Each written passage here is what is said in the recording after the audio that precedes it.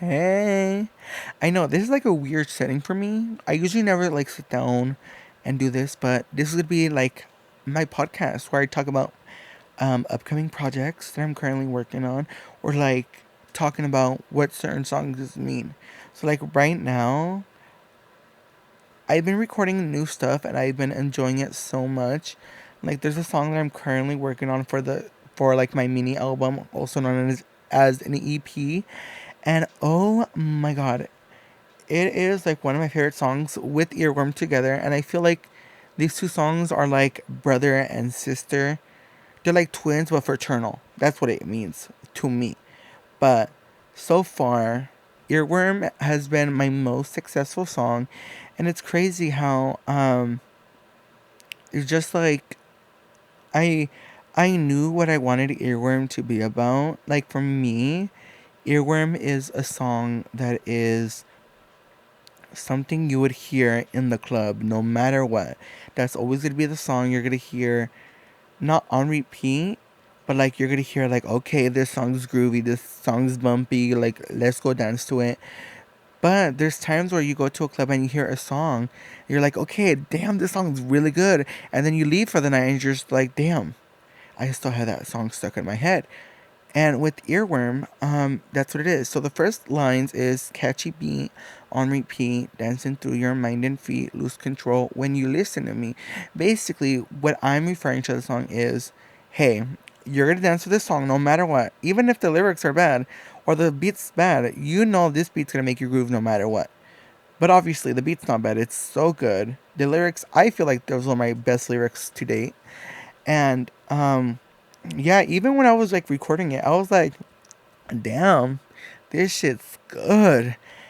But also, I was like, okay, like, what else can I do? What can I make it better? And then the harmonies. Oh my god. When we get to the pre chorus and the chorus, can't get me out of your damn head because you know this song is so good.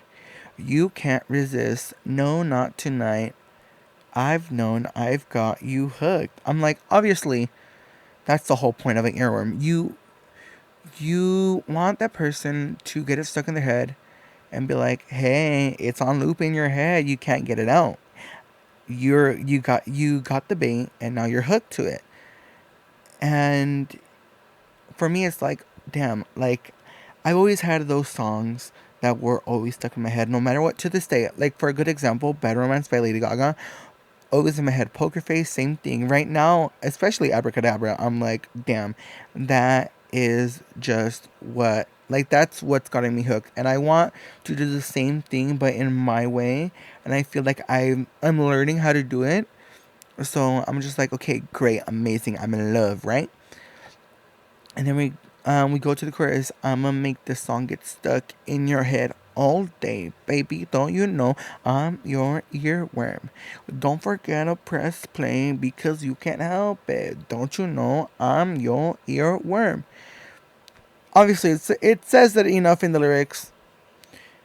It's gonna be a song you're gonna want to have on repeat because there's times where like people have songs that just wanted to listen to it every damn time.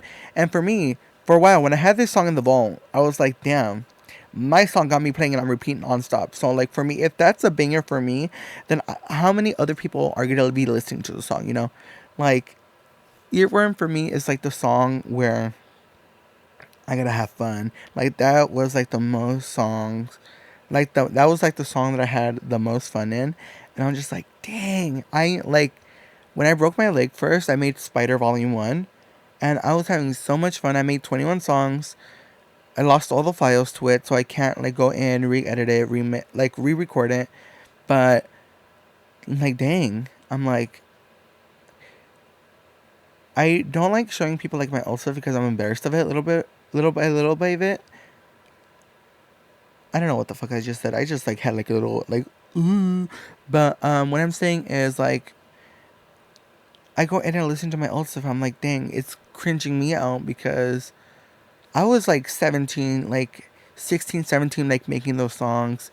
Like I was making songs about, you know, and I was just like, what was I doing at that age? I'm like, I should have never been talking about that.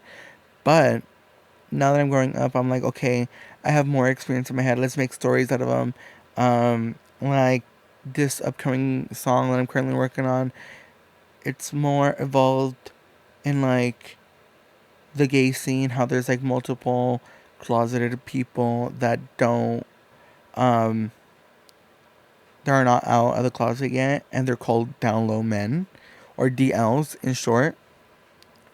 And yeah, I'm putting it like in a perspective that everyone can be like in. The other way you can also like see it is if like you're have this new relationship, it's nice and fresh, you don't want no one to know about it because you want it to last a little bit because your family morals. I'm like, you don't want to bring no one into your home because that's your space.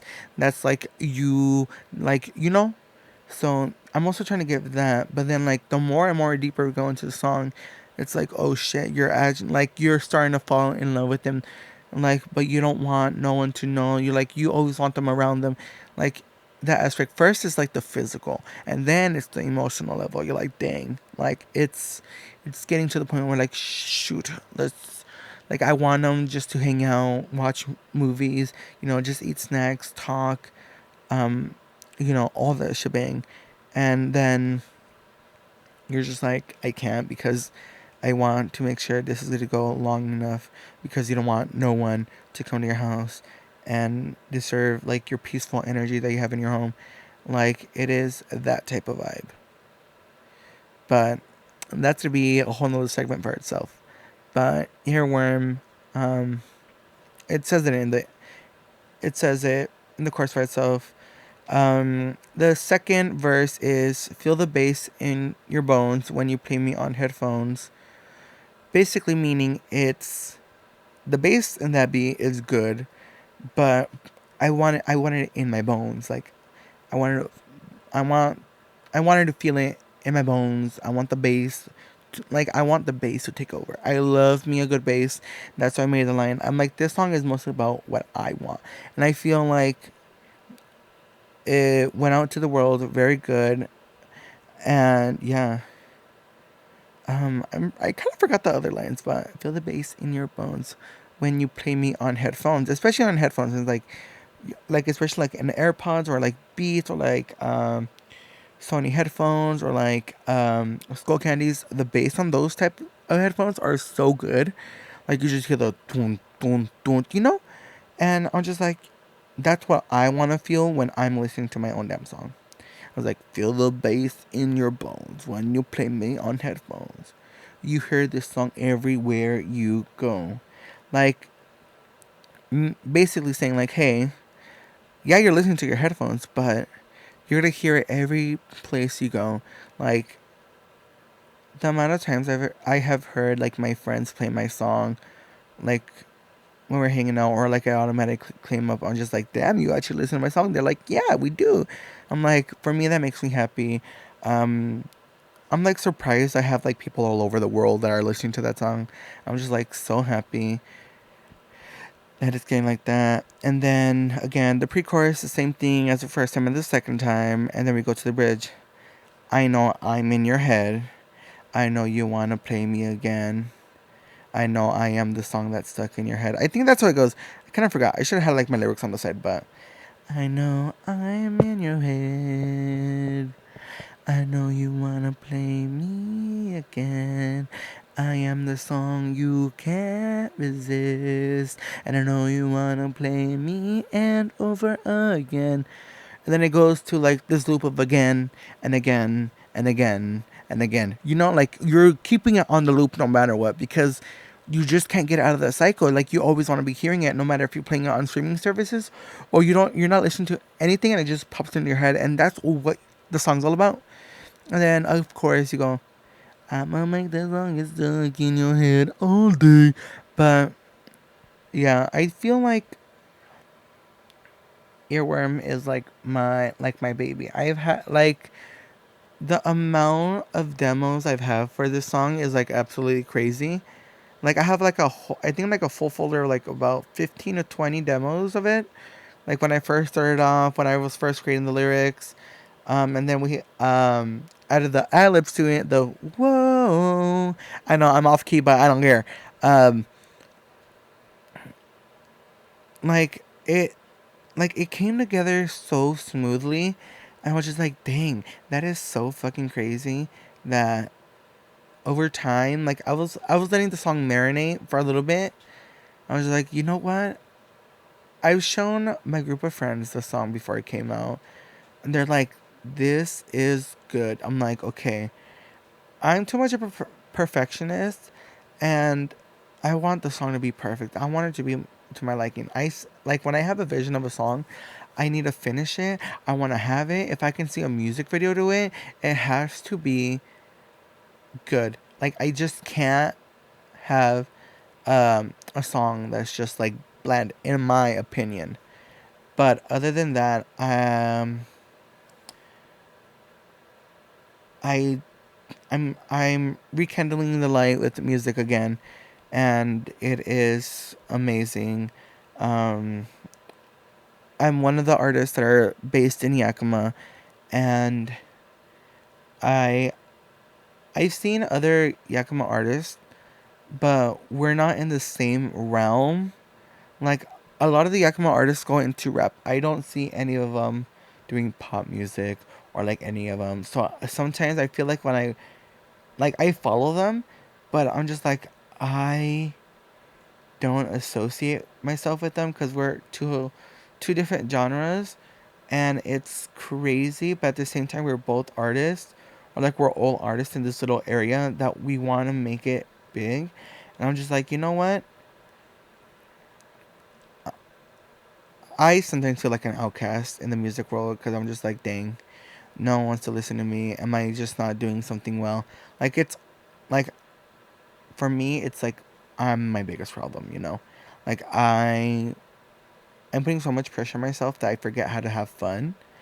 And when I made Earworm, I think that's what really came by. I was just like, okay, I'm just gonna let loose. I'm gonna have fun, and I'm just gonna see where the song takes me. And look where it happened. Earworm is my one of my top songs of the year, with over a little bit over a thousand um, a thousand streams on Spotify, and barely like 200 on Apple Music. So like in total streams, I think it's like 1,000.6K. And for me, that's a milestone. I'm like, hey, let's celebrate. Let's take shots. I don't care.